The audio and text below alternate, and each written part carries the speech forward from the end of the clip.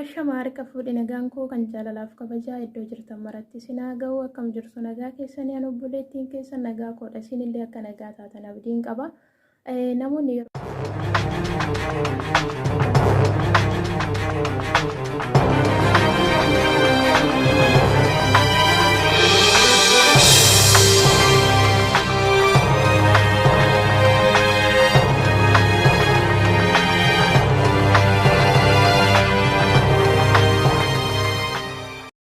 Ashama harka fuudhi nagaan koo kan jaalalaaf kabajaa iddoo jirtan maratti sinaa ga'u akkam jirtu nagaa keessanii an obboleettiin keessa nagaa koodha isinillee akka nagaa taatan abdiin qaba. Namoonni yeroo jalqabaaf gara chaanaalii kanaa dhuftan anaa dhufu baga nagaan dhuftanii chaanaaliin kun chaanala keessanii maatii kootti dabalaman jajjabeessaa isiniin jedha akkasumallee warroonni maatii koo taatanii laayik sheer gochuudhaan akkasumallee koomentii naa barreessuudhaan jajjabeessaa jirtan guddaa galatoomaa isiniin jedha. Egaa har'a viidiyoo gabaabduu tokko qabadheen isinii dhufee jira. Innis barreeffama tokko ofii koof dubbiseen waa baay'ee irraa baradhe isinillee akka irraa barattan abdiin qaba. Egaa barreeffama kana kan barreesse obboleessa keenya Sololoodha. Sololootiin asumaan guddaa galatoomee isin jedha. Egaa amma kallattumaan gara barreeffamichaatti isin dabarsaa. Egaa barreeffama kana ani isinis akka warraa barattaniif barreeffama kana gara sagaleetti geeddareen isiniif qabadhee dhufee jira. Egaa taatee dhiira dhugaadhaan si jaallatu yookiin amaloota dhiira dhugaadhaan si jaallatu yeroo baay'ee namoonni hedduun jaalalli maal akka ta'e osoo hin beekin namumti wal jaalataaf jaalala eegaru garuu jaalalli argiteef osoo hin taane onnee keettu tasa waa'ee jaalalaa sitti haasa'a. Taatee dhiira dhugaan si jaallatu agarsiisu keessaa inni jalqaba. Nama hundattuu si beeksifata. Kana jechuun jaalala eegaltanii jirtu yoo ta'e yookiin reefuu jaalala eegaltu yoo ta'e gaarummaa kee haala kee hundaayyuu itti dabalee akka si jaallatu namoota itti dhiyaatanii fi akkasumallee namoota sitti dhiyaatanitti akka si jaallatu itti haasa'a. Inni itti aanu kunuunsa si barbaachisu caalatti siif godha. Sirriitti si kunuunsa gammachuu keetiif dhiphata. Waan salphaas yoo hojjette na jalaa miidhamta jechuudhaan ofii isaatii hojjeta. Inni itti aanu wanta kee hundumaa akka keessaattiin wal simatu akkasumallee amalli kee gochi kee haalli kee fi taphni kee wantoonni kana fakkaatan kamiyyuu kan kun wal fakkaataa sin jedha. Qabxiin itti aanu akka ati kan isaa qofa taate si lakkaa'a. Kana jechuun ana malee nama biraa hin qabdu isheen kan koo qofaadha jedheen haasa'a. Qabxiin itti aanu yeroo hundumaayyuu si jajjabeessa. Rakkoon osoo sirra hin gahin si gorsa. Si jabeessa. Eenyummaa isaas maal akka ta'e si barsiisa. Rakkoon ulfaataan yoo si mudate akka keetti bakka bu'ee sitti hima jechuudha. Akka salphaa ta'etti rakkoon hamaanis yoo si mudate jedhee akka salphaa ta'etti sitti hima. Ija keessa si ilaala. Kun immoo iddoo hundatti ta'uu dhiisuu ni mala. Yeroo baay'ee namni si jaallatu ta'e tokko ija keessa si ilaaluun sodaachuu danda'a. Fakkeenyaaf hiriyyaa tokko jaalallee isaa dhugaan baay'ee jaallatu ija ishee keessa ilaaluu ni sodaata. Sababiin isaas yeroon gaafadhu sababa baay'ee ishee jaalladhuuf ija ishee keessa ilaaluu miira sodaatu keessa koo guuta waan ta'eef. Kanaaf immoo ishee ilaaluun natti ulfaata jedha. Akkasumallee namoonni biraas mucayyoo tokko yoo jaalatan gaafa ishee argan ija ishee keessa ilaaluu hin danda'an. Kanaafuu ija keessa ilaaluu dhiiseef immoo jaalala isheef hin qabu jechuu miti. Qabxiin itti aanu waan kee sirriitti baruu barbaada. Kana jechuun eenyummaa kee sirraa afaan kee irraa dhaga'ee waan ati qabduu fi waan ati hin qabnellee sirraa baruu barbaada jechuudha. Inni itti aanu immoo carraa argannaan si hammachuu barbaada. Kunis immoo hawwii isaa yeroo hundaati. Qofattis ta'ee daandii irrattis akkasumallee mana barnootaa fi akka tasaas ta'ee carraan walitti sin fidu hundumaayyuu fayyadamee si hammachuu barbaada. Kana malees si dhingachuus ni fedha.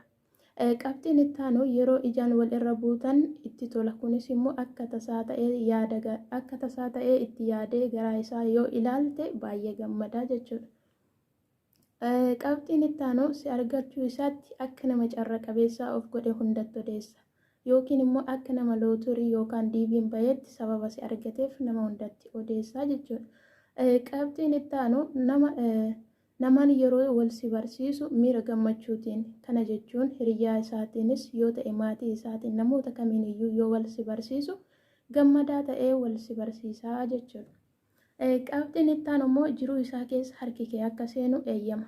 Hojii hojjetu kamiiniyyuu si mariisisa jechuudha. Inni itti aanu immoo isatu yeroo hunda dursee siif bilbila. Kunis immoo osoo ati hin bilbiliniif dursa siif kennuu isaa mul'isa. Yeroo argatetti fayyadamee siif bilbila. Qabxiin itti aanu yeroo hundaa si faana dabarsuu jaalata. Yoo hundaa si waliin dabarsuu danda'amuu fi baatullee waliin akka dabarsuu fedhu sitti himaa jechuudha. Yeroo hundumayyuu si waliin dabarsuu barbaada. Garuu haalli mijataanis yoo hin taanee fi si waliin akka dabarsuu barbaadu sitti himaa jechuudha. Qabxiin itti aanu waanuma fedhallee sitti hin naafu jechuudha. Yoo ati namoota hedduun walitti hariiroo qabaattellee sitti hin naafu. Tarii namoota hedduu walitti hariiroo qabdi ishee dhabuu danda'a jedhee yaaduu danda'a jechuudha. Qabxiin itti aanu waan ati gaafatte kamiiniyyuu siif guutuuf duubatti hin deebi'u. Yoo ati gaafatte illee siif gochuullee waan ati gaafatte sanas siif gochuu yoo isa rakkise hamma of wareeguutti duubatti hin deebi'u jechuudha.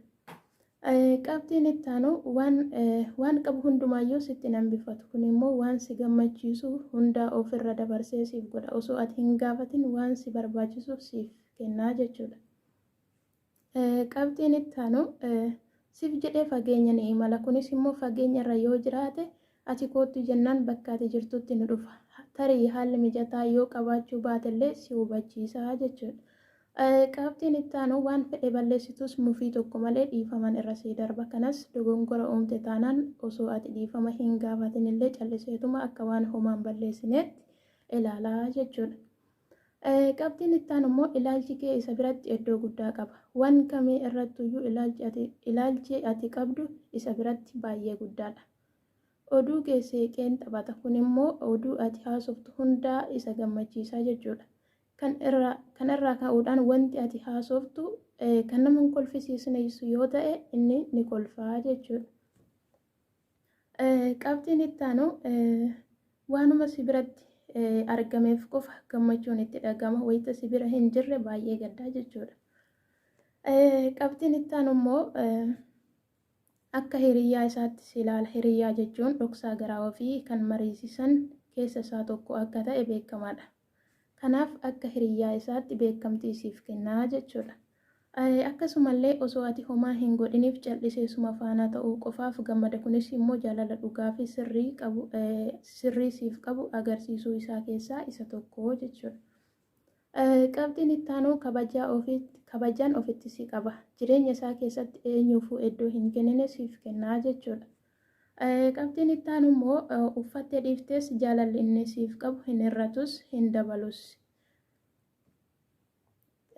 Qabxiin itti aanu si faana yeroo ta'u amala isaa dhugaa agarsiisa. Kunis immoo hiriyoota isaa fi maatii isaa birattis amala si biratti qabu sana agarsiisa. Akkasumallee hiriyoota isaa biratti si dhungata yoo ta'e qobatti si dhungata yoo ta'e hiriyoota isaa birattis amaluma isa dhugaa si biratti raawwatu sana raawwata jechuudha. Akkasumallee qabxiin biraa waan nama biratti hin taasisu fuuldura keettis ni raawwata. Kana jechuun namoota birattis ni qoosa yoo ta'e si birattis si gammachiisuuf jecha ni qoosaa jechuudha. Wantoota kanneen biraas ni raawwata. Waan qobatti si faanaa taasisu nama birattis hin qaanfatu. Fakkeenyaaf qobatti si dhungata taanaan namoota fuuldurattis si dhungachuun isa hin qaanessu jechuudha. Akkasumallee qabxiin itti aanu guddina kee hawwa. Kunis immoo ati akka jijjiiramtee si arguu barbaada. Waan guddina kee dhoorku akka ati hin raawwanneef si gorsaa si jabeessaa jechuudha.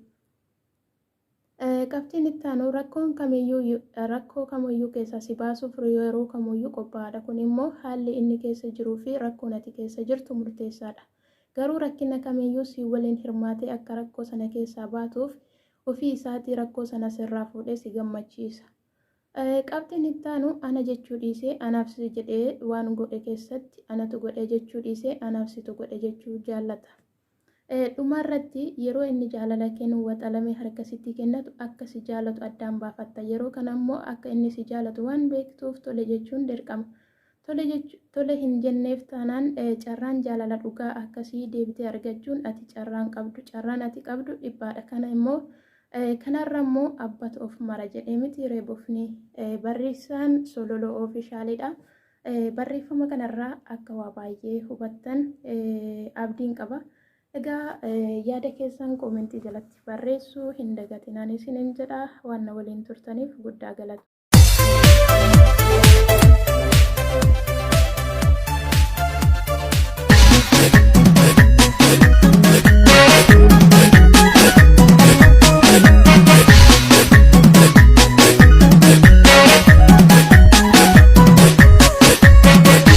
Biyya mootii dhimma biyya kufaa boona kanneen qabu keessummaa godhufaa aggaaroo fi deembee nareebuu dhaabbatu guddaa xiqqaan isaanii keessummaa jaallatu dhimma biyya mootii dhimma biyya kufaa boona kanneen qabu keessummaa godhufaa aggaaroo fi deembee nareebuu dhaabbatu guddaa xiqqaan isaanii keessummaa jaallatu dhimma daarii gibee manni keenya duuba ashaniyaa bilillee ashaniyaa mabuuba iftuu haadha seenaa haadha maqaa gaarii mul'iftuu eenyummaa sanyii abbaa gifaarii ashamashan harka wal qabannee ashamashan laaga gibee seenaa ashamashan dhimma biyya mootii ashamashan dhimma biyya seenaa ashamashan karaa duuba gaaroo ashamashan burtukaana loonii ashamashan mutuu wal araaree ashamashan waan argaana yoomi